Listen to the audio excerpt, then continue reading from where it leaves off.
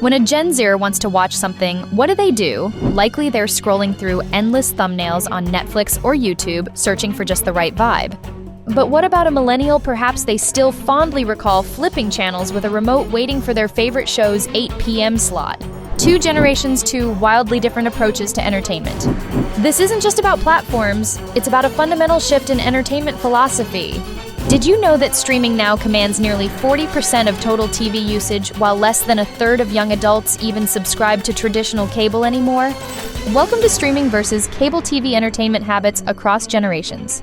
If you've ever wished you could fast-forward live TV hit, like if your phone is your TV, definitely subscribe. Let's explore the great entertainment divide. What we watch. Let's start with the most basic question: how do we decide what to watch?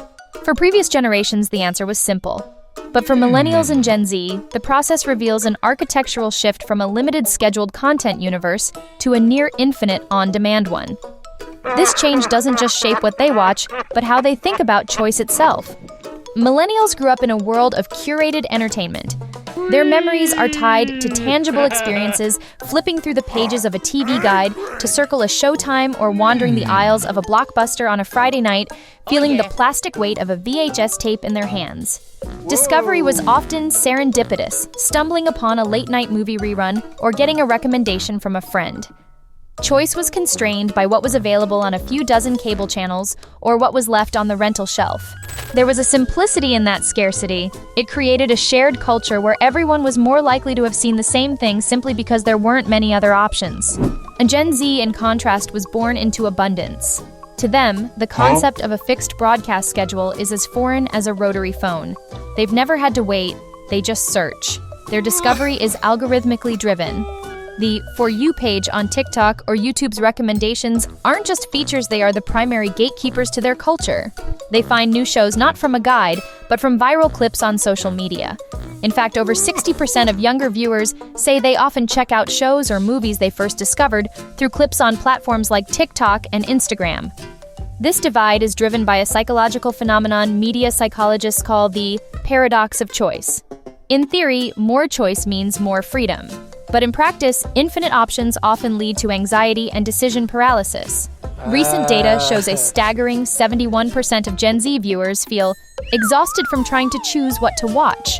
The relaxing act of entertainment has become a cognitive chore. This explains why feed-based platforms like TikTok are so compelling. They remove the burden of choice instead, serving an algorithmically curated stream of content that the user simply swipes through. Imagine a millennial trying to explain the concept of must-see TV Thursday to their Gen Z cousin.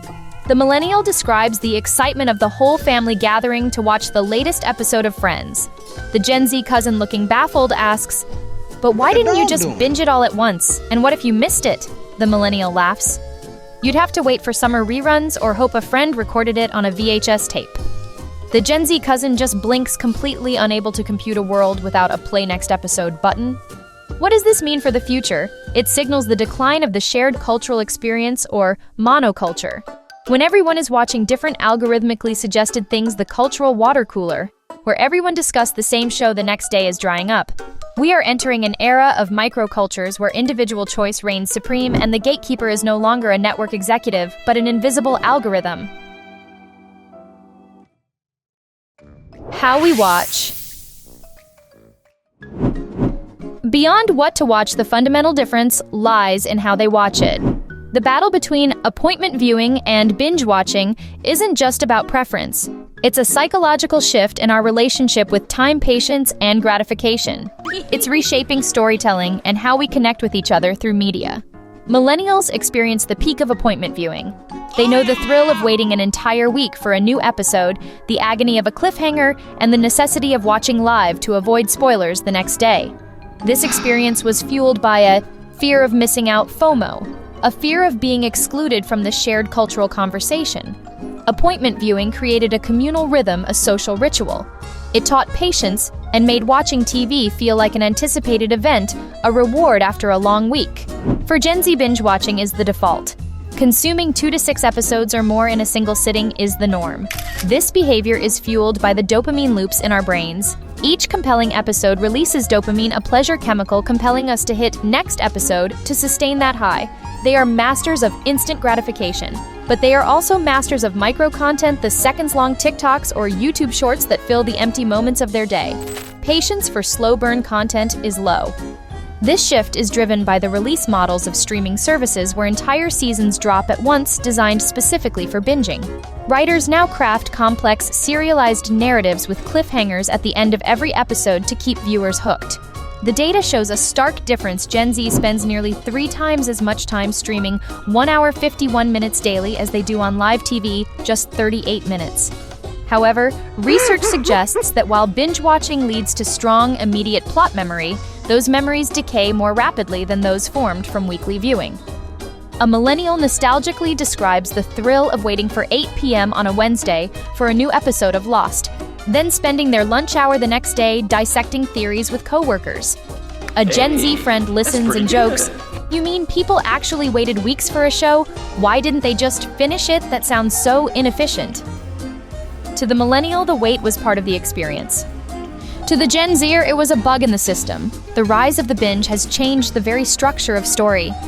Shows are now written to be consumed in long sessions, which can lead to viewer fatigue. It also alters the social interaction around media. The water cooler conversation has moved to asynchronous online discussions where one must carefully navigate spoiler warnings. The flow of culture has accelerated, but perhaps we've lost the shared anticipation that once bound us together. We've seen the generational battle of the binge watch versus the appointment view. But where do you stand? When was the last time you stayed in and didn't regret it?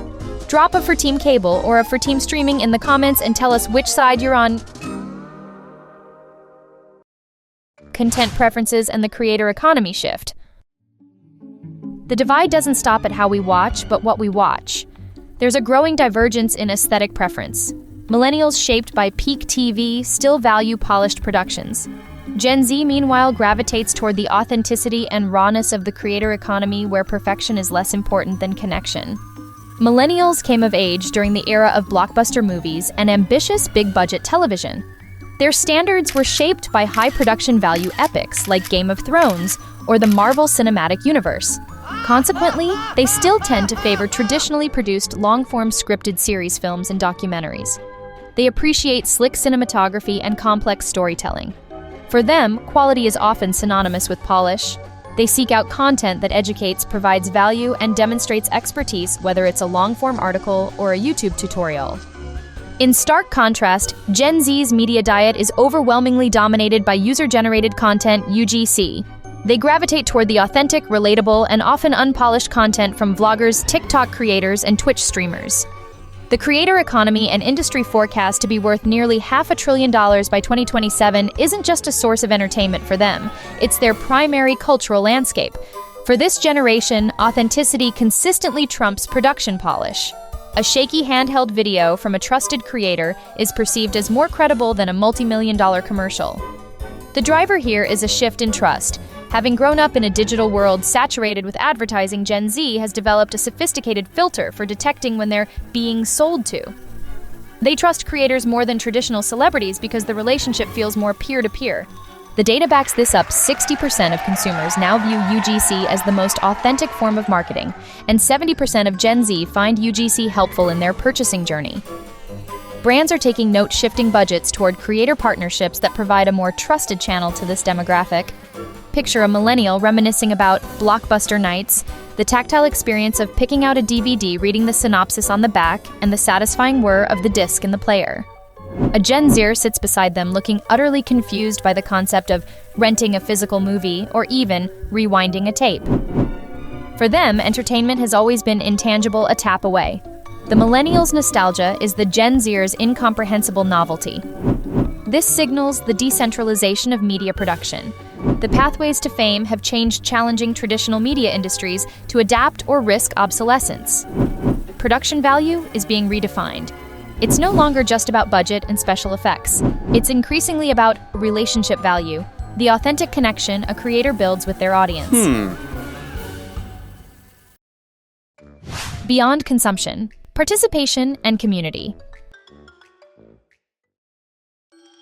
Perhaps the most profound shift isn't in what or how we watch, but in our role in the process. Entertainment is moving from a passive act of consumption to an active one of participation. Millennials were passionate fans, but Gen Z are co-creators blurring the lines between audience and architect and reshaping the future of culture itself. Millennial fandom, while highly active and digitally organized, was primarily centered on consumption and subsequent discussion.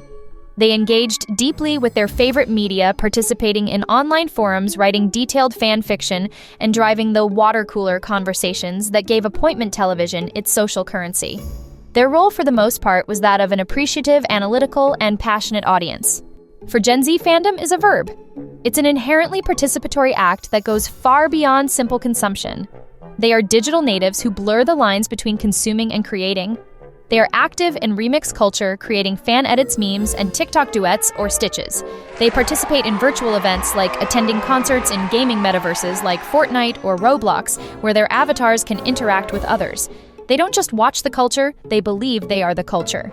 This shift is enabled by interactive platforms and accessible creation tools. But one statistic stands above the rest. A staggering 74% of Gen Z say they often spend more time watching content that discusses, unpacks, or reacts to a piece of media, like a movie trailer or a music video, than they spend consuming the original piece of media itself.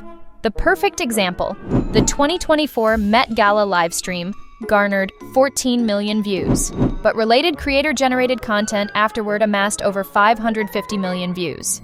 The main event is no longer the broadcast, it's the fan-led discourse that follows. A Gen Zer excitedly describes a live concert they attended in a gaming metaverse. They talk about how their avatar could dance, interact with friends from around the world, and even buy virtual merchandise.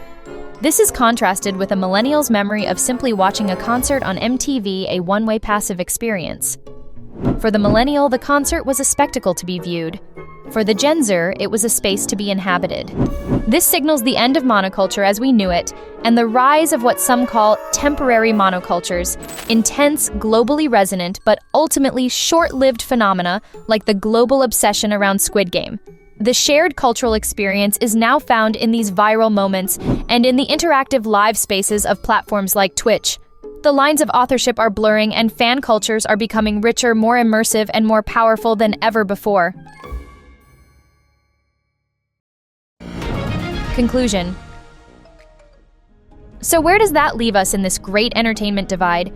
We've seen 4 key contrasts: the shift from limited to infinite choice, the transition from appointment viewing to on-demand binging, the split between polished productions and authentic creator-led content, and the evolution from passive consumption to active participation.